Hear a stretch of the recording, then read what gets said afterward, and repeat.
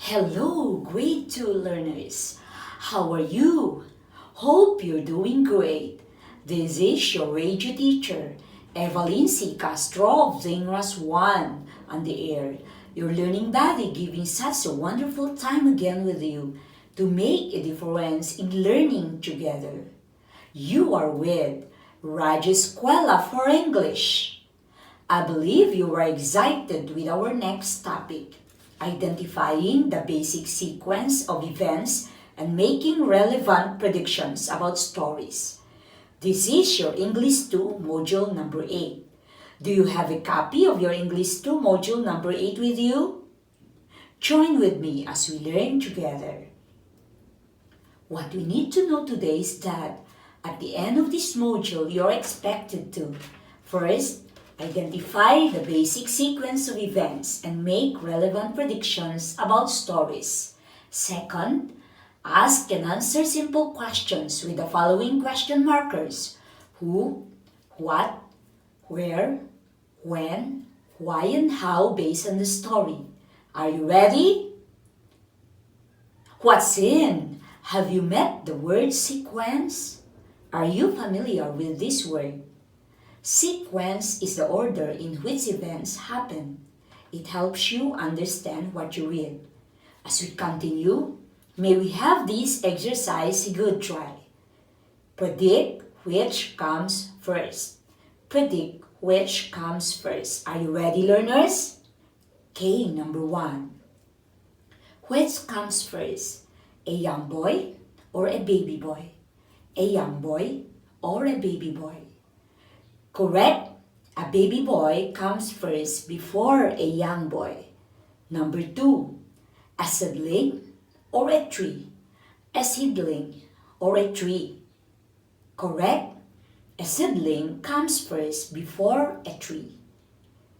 Next, number 3. A flower or a fruit? A flower or a fruit?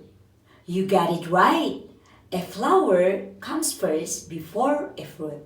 Let's move on to number 4. Butterfly or caterpillar? Butterfly or caterpillar? Correct.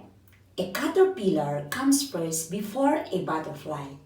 Number 5, the last. Closing or opening? Closing or opening? Very good. An opening comes first before closing. Nice trying, children. The things we did was identifying which comes first. That is the first step in sequencing. It is putting things in order from first to last, because every situation or story has its beginning and ending. You can also make relevant predictions based on the events in the story. Let us learn more, okay? To understand more about sequencing, let us define it. Sequencing is arranging the order of events as they happen in the story.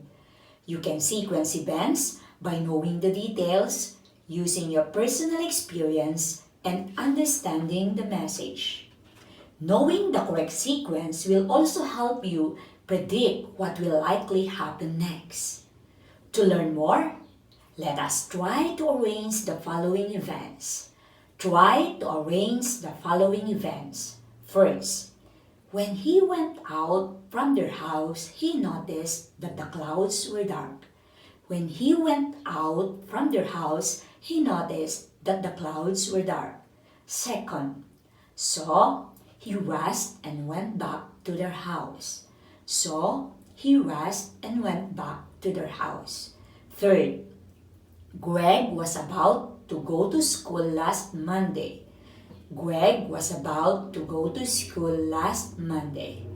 In arranging these events, you can use the details and your personal experience to put this in order. Can you try arranging these events? I hope so. If you arrange the events in this sequence like this, Greg was about to go to school last Monday. When he went out of their house, he noticed that the clouds were dark. So he rushed and went back to their house. Then you got it right.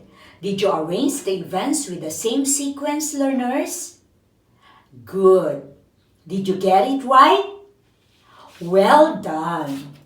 Since you understood the given events, then you can now predict what will likely happen next. Why do you think Greg went back home? Why do you think Greg went back home? Yes, he went back probably to get his raincoat or umbrella to protect him from the rain.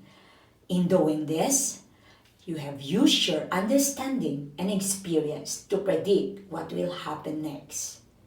Are you still there, children?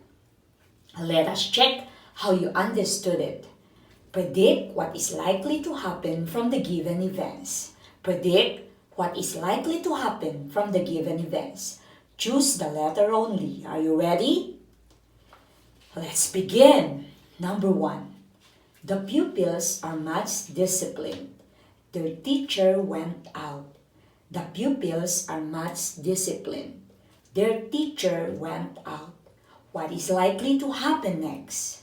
A. The pupils will go out. B. The pupils will be noisy. C. The pupils will roam around. D. The pupils will behave well in class. What will likely to happen next? Yes, the answer is letter D. You got it. Because the pupils are much disciplined, the pupils will behave in class. Let's move on to number 2. Mary is kind. She saw her mother washing the dishes. Mary is kind. She saw her mother washing the dishes. What will likely to happen next? A. She will go to the mall. B. She will continue to play. C. She will watch her favorite drama series. D. She will help her mother in washing the dishes. What is your answer, children? Yes, the answer is letter D. You got it. Because Mary is kind, she will help her mother. Wow, you did it well, children. You have used your understanding and experience to predict what will happen next. It is about time again. Finally, may I repeat the things we have learned today. Remember, sequence is the order of events as they happen in a story. It helps you understand what you read. It is putting things in order from first to last because every situation or story has its beginning and ending. To predict what will happen, you must use your background knowledge of what you know and understand the details of the story to make a good prediction.